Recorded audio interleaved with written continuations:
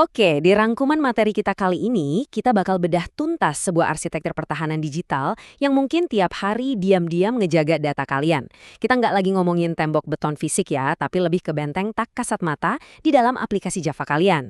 Ini adalah sebuah eksplorasi mendalam soal fondasi, ancaman, dan perlindungan di dunia modern, yang pastinya terinspirasi langsung dari buku panduan komprehensif Spring Security in Action. Coba bayangin deh sejenak dan tanya ke diri kalian sendiri. Aplikasi yang kalian bangun sekarang itu beneran udah aman belum? Maksudku, di era digital sekarang, di mana berita soal peretasan data atau ransomware udah kayak menu sarapan kita tiap pagi, ancaman tuh bener-bener ngintai setiap baris kode yang kita tulis. Keamanan itu udah bukan lagi sekedar fitur tambahan yang keren buat dipamerin. Enggak, ini adalah fondasi mutlak buat kelangsungan bisnis kalian. Buku ini ngasih tahu kita satu realitas yang pahit banget, tapi bener adanya. Dibilang kalau biaya kerugian akibat sebuah serangan itu biasanya jauh-jauh lebih mahal daripada biaya investasi yang kita keluarin buat nutup celah kerentanannya dari awal. Sistem digital kalian itu ibarat sebuah kastil berlapis. Kalian nggak bisa kan cuma bikin gerbang depan yang super gede dan kuat, tapi di saat yang barengan ngebiarin jendela-jendela di belakang kebuka lebar tanpa penjagaan. Nah, setelah kita paham kalau setiap pintu dan jendela harus dikunci rapat, sekarang mari kita lihat, sebenarnya apa sih yang lagi nyoba ndobrak masuk ke kastil kita ini? Kalau kita lihat daftar ancaman teratas yang dirangkum OWASP dari sumber kita, ini pada dasarnya adalah alat pendobrak yang dipakai para penyerang buat ngeruntuhin aplikasi kalian. Mulai dari cross-site scripting yang nyuntikin skrip jahat, session fixation yang ngebajak sesi pengguna, serangan injeksi yang langsung nembak ke database, sampai data-data sensitif yang terekspos gara-gara konfigurasi yang berantakan. Ini bukan cuma teori di atas kertas ya, ini senjata beneran di dunia nyata. Coba kita ambil satu contoh ancaman spesifik yang kerusakannya luar biasa, CSRF. Bayangin ini tuh kayak pengkhianatan kepercayaan yang paling fatal. Jadi gini, user kalian udah login, server juga udah percaya penuh sama sesi mereka. Tiba-tiba user ini dijebak buat ngeklik satu tautan jahat. Tanpa mereka sadarin, tautan itu maksa aplikasi buat ngehapus file penting atau bahkan transfer uang. Server sih ngiranya itu perintah sah, padahal user kalian lagi dieksploitasi habis-habisan dari balik layar.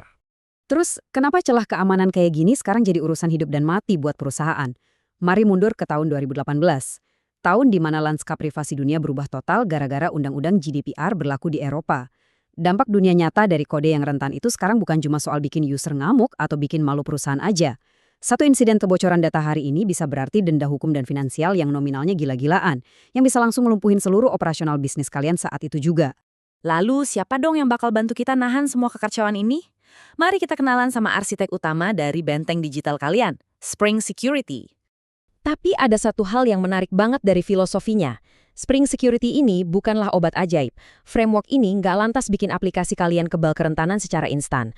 Penulis bukunya ngasih analogi yang luar biasa pas. Kalian nggak bisa sekedar nyembunyiin kunci rumah di bawah keset pintu depan dan berharap rumah kalian bakal aman. Nggak gitu konsepnya. Spring Security itu ngasih kalian kunci ganda tingkat militer, sensor gerak sampai kamera CCTV. Tapi kalianlah sang developer yang harus mengonfigurasi dan memasangnya di tempat yang benar. Nah, biar kita bisa masang komponen-komponen pengamanan tadi dengan benar, kita harus ngurai dua pilar operasional yang sering banget bikin bingung. Ini fondasinya. Kita harus paham bedanya antara mengetahui siapa yang ngetuk pintu kita versus apa yang boleh mereka lakuin pas udah masuk.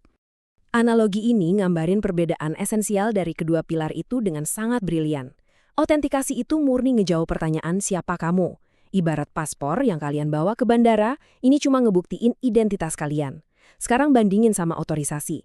Otorisasi ngejawab apa yang bisa kamu lakuin. Sama kayak tiket pesawat kalian.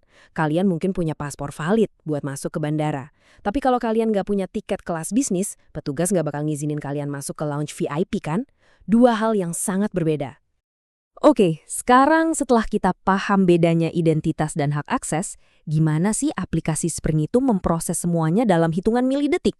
Mari kita selami mekanikanya buat ngeliat langsung gimana pergerakan sebuah request melewati sistem keamanan kita.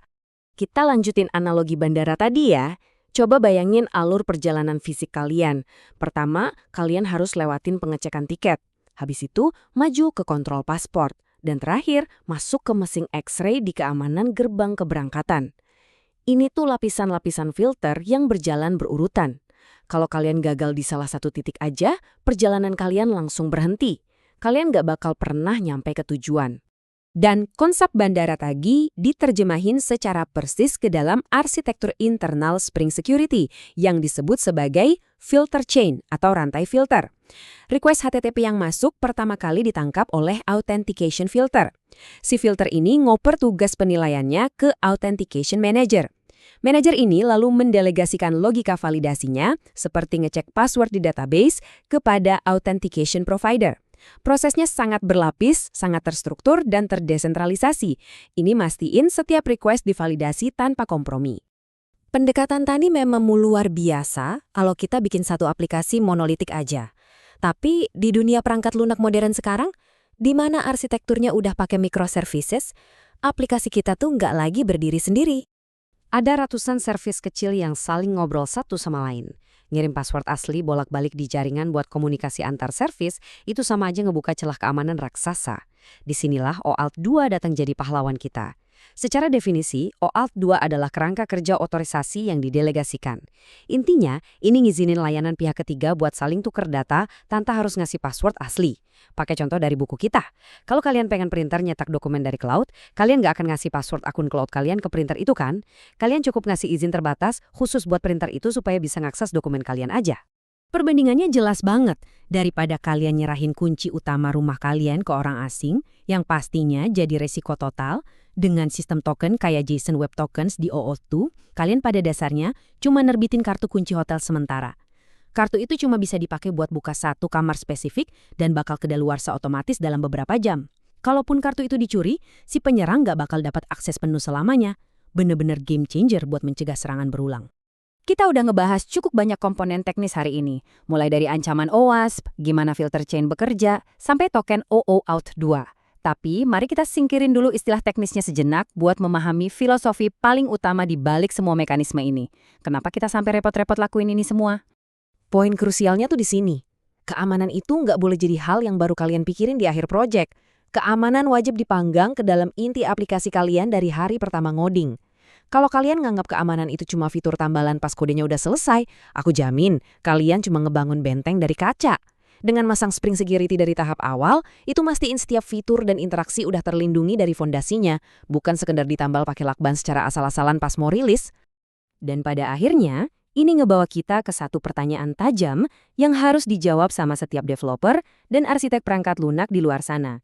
Apakah kalian bakal proaktif ngebangun benteng digital kalian dan ngatur lapisannya hari ini? Atau kalian bakal milih buat abai dan siap-siap bayar tebusan ransomware di hari esok? Pilihan sepenuhnya ada di tangan kalian. Teruslah berinovasi, amankan sistem kalian dari sekarang, dan terima kasih udah gabung di eksplorasi kita yang seru ini.